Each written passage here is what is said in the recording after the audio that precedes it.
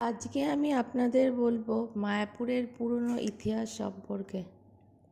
আপনারা তো সকলেই জেনে থাকবেন মায়াপুরের ইস্কন জগৎ বিখ্যাত, কিন্তু আপনারা কি জানেন আসল মায়াপুর কোনটি?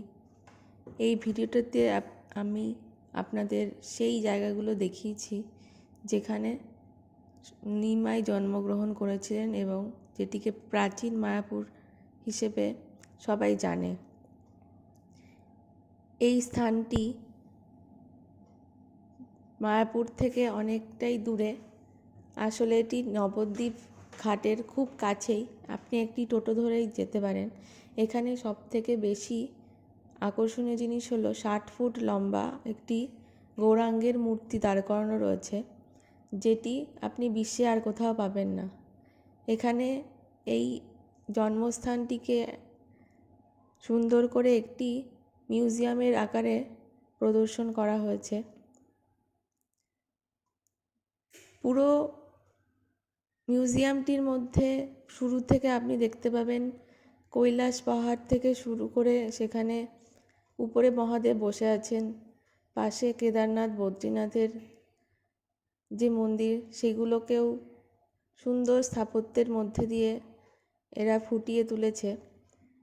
সাথে শ্রীচৈতন্যের জীবনের প্রতিটি পর্যায়ে মূর্তির আকারে সাজিয়ে খুব সুন্দর করে প্রেজেন্ট করা হয়েছে। সবথেকে আকর্ষণীয় বিষয়টি হলো এখানকার মূর্তিগুলি এত সুন্দর, এত জীবন্ত, এত প্রাণবন্ত, মনে হয় যেন সত্যিই তারা দাঁড়িয়ে রয়েছে এবং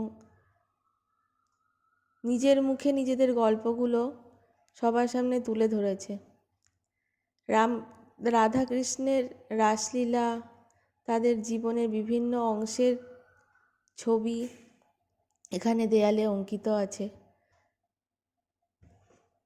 মিউজিয়ামটির মধ্যে শ্রীকৃষ্ণের বিভিন্ন অবতারের রূপ মূর্তির আকারে দাঁড় করানো আছে। দ্বাপর যুগ, ত্রেতা যুগ, কলি যুগে শ্রীকৃষ্ণের বিভিন্ন যে অবতার সেগুলিকে মূর্তির আকারে ফুটিয়ে তোলার চেষ্টা করা হয়েছে এই মিউজিয়ামটিতে। এই স্থানটিতেই আসলে নিমাই জন্মগ্রহণ করেছিলেন, একটি নিম গাছের তলায়। কিন্তু আমরা যেটাকে শুধু মায়াপুর হিসেবে চিনি সেটা আসলে নাম ছিল মিয়াপুর। মিয়াপুর থেকে নামটা আস্তে আস্তে বিকৃতি হয়ে মায়াপুরে পরিণত হয়েছে। কিন্তু প্রাচীন মায়াপুরটি হচ্ছে আসল জায়গা যেখানে নিমাইয়ের সমস্ত জীবন দর্শন